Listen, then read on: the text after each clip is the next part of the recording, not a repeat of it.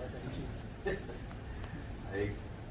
selamat datang di Gedung DPD RI, di ruang kerja Ketua DPD RI, Ahmad Shah. Alhamdulillah bisa hari ini bertemu. Memang lembaga ini tempat menyampaikan aspirasi. Kami persilakan juru bicaranya untuk menyampaikan aspirasi atau harapan-harapan terhadap lembaga ini. Silakan. Assalamualaikum warahmatullahi wabarakatuh. Bismillahirrahmanirrahim. Alhamdulillahirrahmanirrahim. Wassalatu wassalamu ala sayyidina Muhammad wa ala alihi wasallam. Yang saya hormati Bapak Lanyala, kami dari rombongan LC di sini menyampaikan beberapa hal. Pertama-tama saya menyampaikan terima kasih, yang mana belum lama saya menyampaikan surat tanpa referensi, saya sampaikan jelas dan langsung. Saya kenal dengan beliau atau beliau saya kenal saya kenal dengan beliau, saya ikuti terus. Alhamdulillah saya bangga masih punya seperti pangannya yang begitu tinggi ya, membicarakan KDN. Jadi aspirasi kami ini akan saya sampaikan ada beberapa poin. Di antara nanti ada saya berhubungan dengan Pak Akbar Faisal, akan fungsi Pak Herman Umar, Bu Widya, dan di belakang sebagai pengusaha Pak Iwannya sama saya Pak. Dan jadi bahwa itunya tidak lain adalah perhatian kami terhadap bangsa dan negara. Jadi reservis ini diketahui juga bahwa kita bergerak selalu mengkritisi perilaku politisi.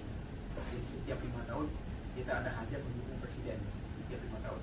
Dari mulai Pak Amin sebagai ketua MPR, lanjut dengan SBY sebagai presiden, saya 2 kali ikut aktif, Pilpres 2004, 2009, 2014 juga kita ikut aktif mendukung Jokowi JK, 2019 dukung Pak dukung Pak Prabowo.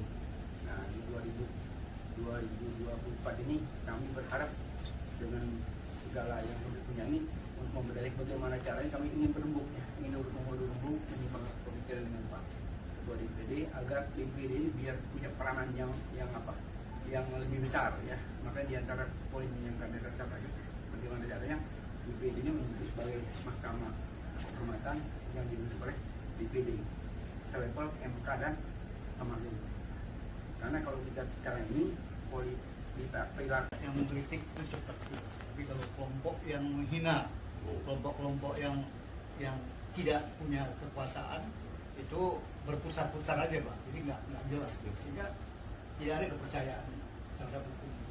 Oleh karena itu walaupun DPD kita lihat tidak terlalu dalam, tidak terlalu banyak luas kekuasaannya, tetapi tergantung dari tokoh-tokoh. Kalau Pak Lanyala dan tokoh-tokoh DPD yang lain bisa menggarap seperti apa yang disampaikan oleh Pak ini, menggait ke daerah, ke semua daerah aspirasinya, itu akan bisa atlet tanpa saya sadar kekuatan moralnya akan lebih tinggi DPD. Itu kita sangat berharap. Sehingga apa yang disampaikan oleh rekan kami, kita sangat kecewa dengan Presiden Threshold. Beberapa kali diajukan tidak ada ini, dan tidak bisa berharap kita Pak kepada partai-partai yang sudah itu nggak mungkin dia mengajukan Presiden Threshold kan Pak. Jadi itulah. Sementara kita ya walaupun ya memang kita tidak tahu kondisi situasi, ya memang selalu perubahannya kan kalau mau cepat tentunya ya masyarakat menginginkan reformasi yang tanpa terbendung. Tapi kita berharap sepanjang bisa baik dan arah terlalu bagus. Nah, tapi memang suara-suara dari DPD kita berharapkan Pak, kayak ada secercah harapan. Kita harus tetap punya harapan. Gitu. Jadi DPD itu biar memberi cambuk bagi kepada DPD. Kalau zaman Orde Baru Pak, saya menangani perkara politik Pak sejak tahun 84. Kalau Bapak ingat peristiwa Priuk, Amir Biki, Pak Darsono sama Bang Buyung, udah lama saya kemudian melihat 3 tahun terakhir kok perkembangan negara kita ini tidak baik-baik saja Pak. Ini bahaya Pak. Akhirnya, ya itulah kita berharap kepada ini Pak, pada DPD, karena yang lain mudah-mudahan dengan suara-suara dari DPD yang lain bisa menulirkan ke daerah yang berbeda. juga. Demikian Pak. Ada satu lagi, Ya, Bu Eli, tangan. Ya, Yang Bang. mewakili kita. Ya bagi saya begini Pak, pandangannya bagaimana menyikapi bangsa yang tidak baik-baik saja. Peranan DPD sangat diharapkan dalam hal ini, karena DPR nggak bisa diharap gitu. Nah untuk itu kita udah sering demo-demo segala macam untuk agar bisa merubah semuanya. yang harus kita pertama kali, semua akun permasalahan yang di semua itu gara-gara amandemen 99 sampai 2002. Gara-gara di amandemen, itulah akibatnya jadi seperti gini. Jadi kuncinya itu kita harus kembalikan kepada Undang-Undang Dasar 45 yang asli. Baru kita addendum. Ini wasiat yang diberikan kepada saya, Pak Trisno. Jadi kalau kita menggugat 20%, makanya saya bilang, sampai berani MK mengalahkan gugatan kita. Karena apa? Yang menggugat ini adalah lembaga tinggi negara. Yang digugat siapa? Lembaga tinggi negara, yang namanya DPR bersama pemerintah. MK ini didirikan untuk menjaga konstitusi, untuk menegakkan konstitusi. Tapi kenapa ini ada dua lembaga tinggi negara yang mengobok-ngobok konstitusi, yang jelas-jelas konstitusi yang nggak ada. Dia bikin Undang-Undang Nomor 7 Tahun 2017 Pasal 222. Ini melanggar konstitusi. Ini nggak boleh ada ini. Kenapa didiamkan sama MK? Saya mau tanya sama Pak Habib.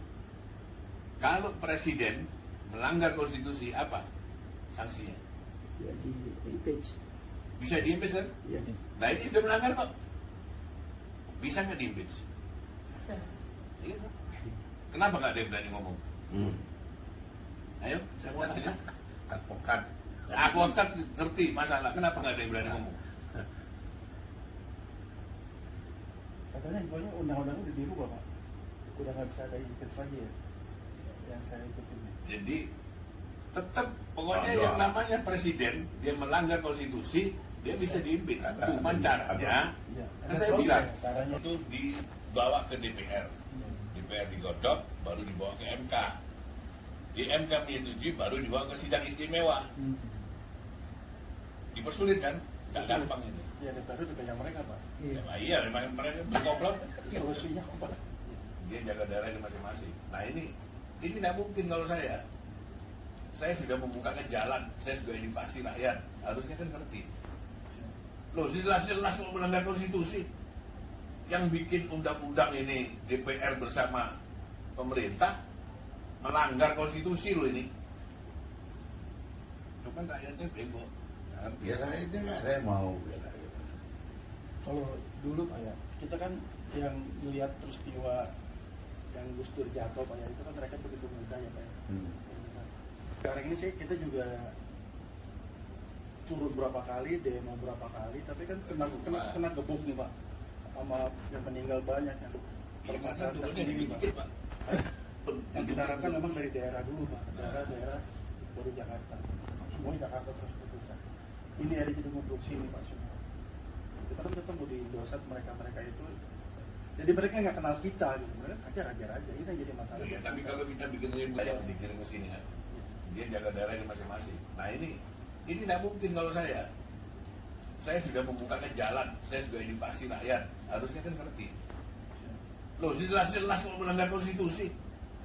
Yang bikin undang-undang ini DPR bersama pemerintah melanggar konstitusi loh ini. Biar saya lapor. Saya termasuk perseorangan yang menggugat ya, threshold pertama kali. Jadi saya bersama senator dari Aceh, kemudian dilanjutkan dari 15 semua. Iya, kita semua ditolak. Ya. Yang perseorangan. Ya. Sehingga pada akhirnya, jadi kalau bapak-bapak mengapresiasi apa yang kami lakukan, ya alhamdulillah. Artinya bapak-bapak ini monitor di kerjaan kita di sini. Ya, artinya nggak ada lembaga negara yang hari ini Pak jujur dengan ketua kita Pak Lanyala ini luar biasa Pak, ya, bahwa lembaga ini betul-betul berfungsi sebagai tempat menampung, menghimpun, mengumpulkan dan menyalurkan aspirasi tanpa dipotong-potong. Jadi kalau Bapak ngomong aja langsung nyampe Pak, nggak ada tadi aling-aling Pak Ketua kita.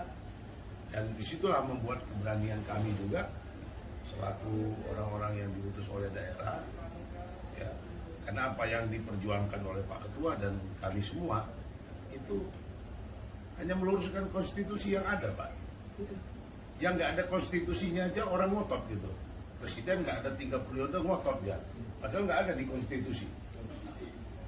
Nggak ada di dalam konstitusi perpanjangan malah ngotot, malah mau minta perpanjang.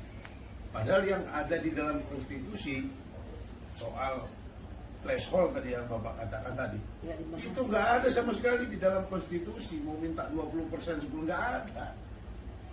Ya, kok nggak ada yang mau berjuang tentang threshold 0 itu, tidak ada itu. Nah, itulah Ketua ingin meluruskan